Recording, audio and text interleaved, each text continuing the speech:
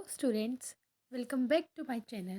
So in today's video we are discussing that what are the approaches of the investment management. Okay, so as visible on your screen that there are basically three approaches of the investment management, and the name of these approaches are: first one is fundamental analysis approach, second is technical approach, and third is modern portfolio theory approach. Okay, so step by step we will discuss about all these three approaches. Okay, so start with the fundamental analysis approach. So fundamental analysis approach क्या कहती है? इसमें हम जब भी कोई stock का selection करते हैं तो वो हम अपने तीन बेसिस पे करते हैं। वो तीन बेसिस क्या होते हैं? इकोनॉमी को एनालाइज करते हैं हम लोग, इंडस्ट्री को एनालाइज करते हैं, एज वेल एज किसको एनालाइज करते हैं? कंपनी की परफॉर्मेंस को एनालाइज करते हैं। जब हम ये तीनों एनालिसिस पूरे कर लेते हैं तब कोई भी इन्वेस्टर इस नतीजे पे पहुंच सकता है कि उसके जो स्टॉक प्राइसेस है वो किस लिमिट तक हो सकते हैं। ठीक है, इसमें जब वो स्ट्रैटेजी यूज़ करता है, that the name of the strategy is by and hold strategy को वो यूज़ करता है।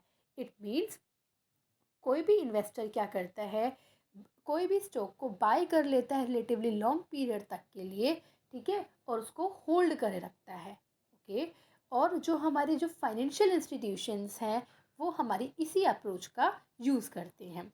इसमें जो मेन फोकस दिया जाता है फंडामेंटल एनालिसिस अप्रोच में, वो किसको दिया जाता है? Intrinsic value. So the question arises, what is intrinsic value? So basically intrinsic value is the face value of the stock. Okay, so इसमें कोई भी प्राइसेस जो होते हैं सिक्योरिटीज़ के वो कब चेंज होते हैं? When the new information came into the market, then the price of the security will be changed. ठीक है, and vice versa. So this is for one of the approach of the investment management. I hope this approach is clear to you. Okay, so let us discuss what is the technical approach. Okay, so basically हमने अभी तक देखा कि fundamental analysis approach में जो main focus दिया गया था वो किसको दिया गया था? इंट्रिंसिक वैल्यू पे दिया गया था कि मेन हम वहाँ पे जो भी इन्वेस्टर होता है वो इंट्रिंसिक वैल्यू को कैलकुलेट देखता है कि इंट्रिंसिक वैल्यू क्या है स्टॉक की, देन आफ्टर वो जो भी अपने बाय एंड सेल का डिसीजन लेता है। बट अंडर टेक्निकल अप्रोच हम जो प्राइसेस हैं सिक्योरिटी को वो कैसे डिटरमाइन कर सकते हैं? With the help of supply and demand factor of the particular securities. Okay, so इसमें जो होता है एक इन्वेस्टर वो इंट्रिंसिक वैल्यू पे ना ध्यान दे के कि इस पे ध्यान देता है, इसमें हमारी बहुत सारी मूवमेंट्स होती हैं। मूवमेंट्स टेक्निकल एनालिसिस में तीन मूवमेंट्स को क्लासीफाई किया गया है basically. The first movement is primary movement, second movement is the secondary movement, and third movement is the tailing movement. Okay, so इन तीन मूवमेंट्स के बेसिस पे हमारे टेक्निकल अप्रोच बेस्ड है। इसका पूरा टॉपिक हम आगे आने वाले जो चैप्टर है टेक्निकल एनालिसिस उसमें कवर करेंगे।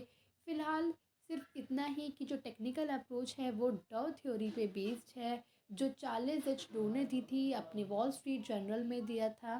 ठीक है, एक उनकी बुक थी वॉल स्ट्रीट जर्नल, उनमें उसने डिस्कस किया था इस टॉपिक को लेके, और उन्होंने बताया था कि जो इसमें प्राइसेस हैं वो फ्लक्चुएट कब करते हैं, प्राइसेस किसकी वजह से इन्फ्लुएंस्ड होते हैं? जो हमारे उसी सिक्योरिटी के पास्ट प्राइसेस थे उसका ही इफ़ेक्ट जो होता है प्रेजेंट प्राइसेस पे पड़ता है as well as future prices पे पड़ता है। Okay, so this is all about the technical approach.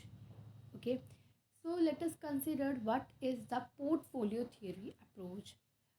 Under portfolio theory approach जो एनालिस्ट होते हैं, इन्वेस्टर्स होते हैं, वो कहते हैं कि जो मार्केट है वो सिंगल इन्वेस्टर से कभी भी इन्फ्लुएंस्ड नहीं करती। इसमें हमने अपने जो ग्रेजुएट लेवल पे पढ़ा था ईएमएच के बारे में, एफिशिएंट मार्केट हाइपोथेसिस के बारे में पढ़ा था हमने। इसमें जो हमें क्या बताता है, जो ईएमएच एक हाइपोथेसिस होती है, एफिशिएंट मार्केट हाइपोथेसिस, जो किस पे बेस्ड होती है? टोटली रैंडम वॉक मॉडल पे बेस्ड होती है, जिसमें ये बताया जाता है कि जो मार्केट है वो एफिशिएंटली वीकली एफिशिएंट भी होती है, फेयरली एफिशिएंट भी होती है, as well as strongly efficient भी होती है।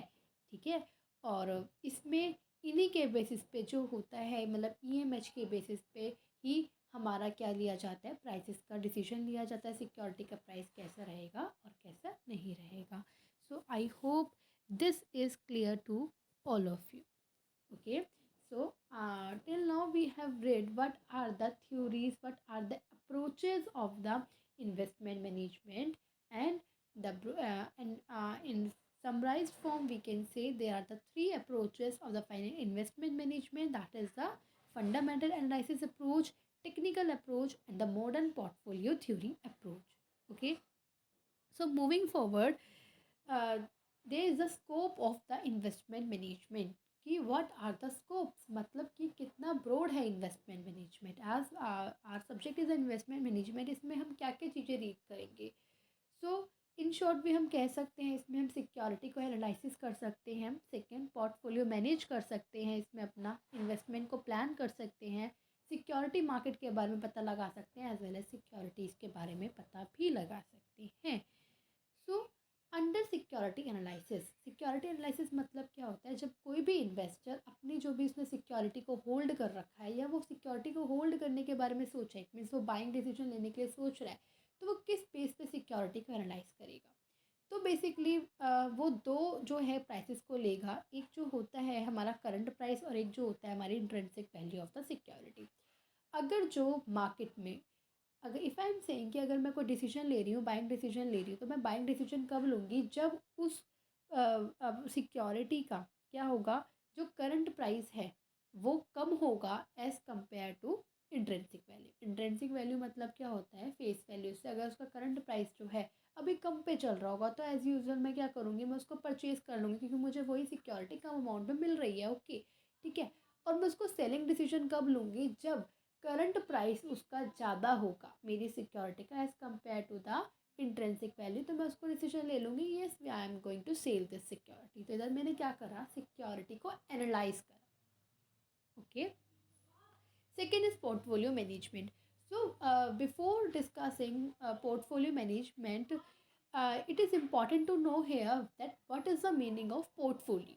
So portfolio होता क्या है, portfolio it is a combination of the various security. क्या होता है portfolio का मतलब कि जब हम जस्ट लाइक देखो, अगर मुझे कोई भी इन्वेस्टमेंट डिसीजन लेना है, ठीक है, उसके अंदर हम क्या करेंगे, हम अपने रिस्क को डाइवर्सिफाई करने के लिए, रिस्क को शेयर करने के लिए बहुत सारी मतलब अपना जो भी पैसा होता है, सरप्लस मनी होती है, उसको बहुत सारे एवेन्यूज़ में इन्वेस्ट कर देते हैं, whether it is share, debenture, bonds, mutual funds और एक्सेट्रा. ठीक है, तो इस वजह से हमें इन्वेस्टमेंट मैनेजमेंट से पता चल पाता है कि पोर्टफोलियो को हमें मैनेज कैसे करना है.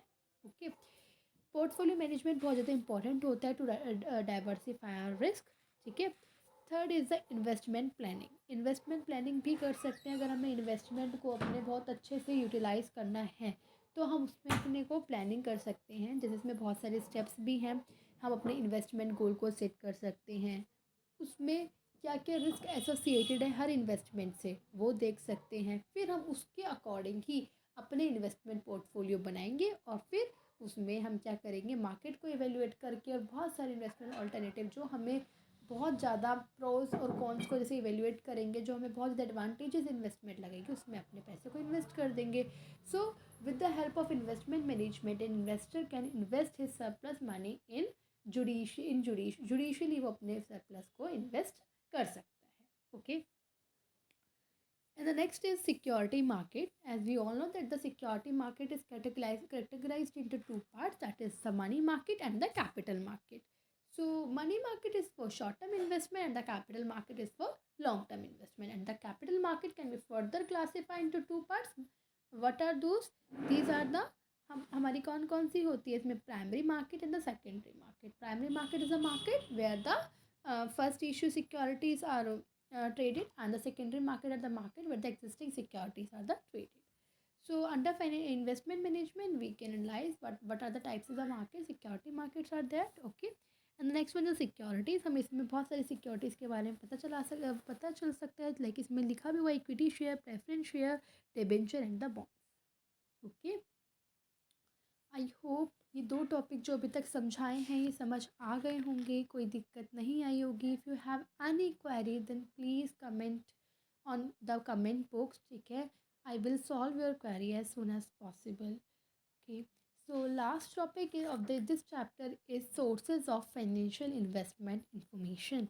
Means what are the sources, हमें कहाँ से मिलती है इन सब इंफॉर्मेशन के बारे, ये फाइनेंशियल इन्वेस्टमेंट की इंफॉर्मेशन. सो बेसिकली देखो, stock market is one of the most important base, okay, source है हमारा ये. जैसे हमारे पास ये है ना, वो है हमारे पास NSE इंडिया है, सेबी है, PSE है. ठीक है, इधर से हमें अप टू डेट इन्फॉर्मेशन मिलती रहती है. सेकंड, इंडस्ट्री से मिल जाती है, क्योंकि इंडस्ट्री जो होती है अपने न्यूज़पेपर्स को प्रिंट करवाती है, तो इससे हम अपनी फाइनेंशियल मार्केट के बारे में इंफॉर्मेशन मिलती रहती है कि क्या चल रहा है. कंपनी जो होती है अपने जो भी वो पोर्टफोलियो है, या जो कंपनी में जो भी उसका मेमोरेंडम है, या जो कंपनी के जो भी फाइनेंशियल स्टेटमेंट्स है, उससे हमें इंफॉर्मेशन मिल जाती है उनकी वेबसाइट्स पे जाके. we will visit their website and we will gather their information. Okay, international affairs भी बहुत सारे, मतलब इंटरनेशनल जो न्यूज़पेपर वगैरह होते हैं, ये इनसे भी हमें अपने फाइनेंशियल इन्वेस्टमेंट के बारे में इंफॉर्मेशन गैदर हो जाती है. So these are the basic source of gathering the financial investment information. Till now, the chapter is complete. I hope you understand all the topics of this chapter. If you have any query, then please comment on the comment box. Thank you and have a nice day.